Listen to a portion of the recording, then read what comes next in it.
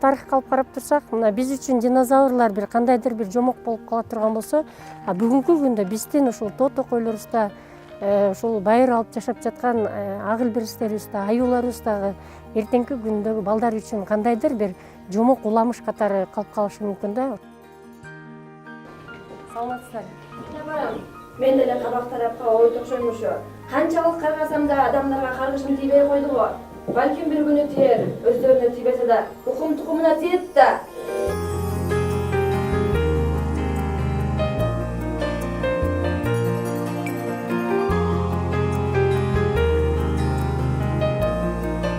Мунун баары тең биздин өзүбүзгө кайтып келет.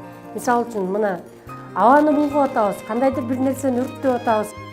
Биз азыр ак илбирске салыштырып өзүбүздү карай турган болсок, ак илбирс деле өзүнүн таап алган тамагын бир жумалап, эки жумалап сактап, үнөмдөп жакшы колдонуп жейт экен. Ал эми биздин адамдардын эгер ошондой эле кийикке чыгып аңчылыкка келип кетсек, ал ошол атып келген этин дагы 3 саатка жебей ошо ак илбирсчиликте боло албай атабыз да.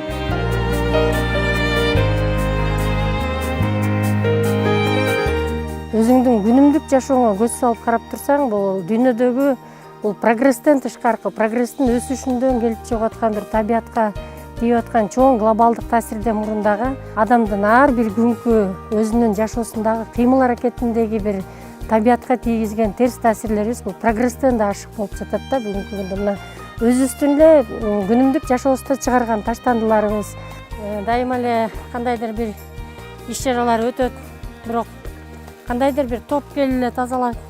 Ал эми уюштурган, ошол иш чарада жүргөн кишилер өзүнүн таштандысын кайра жыйнап алып кетип, же болбосо мына урналар деле орнолуп турат, ушул кире бериште, чыга бериште.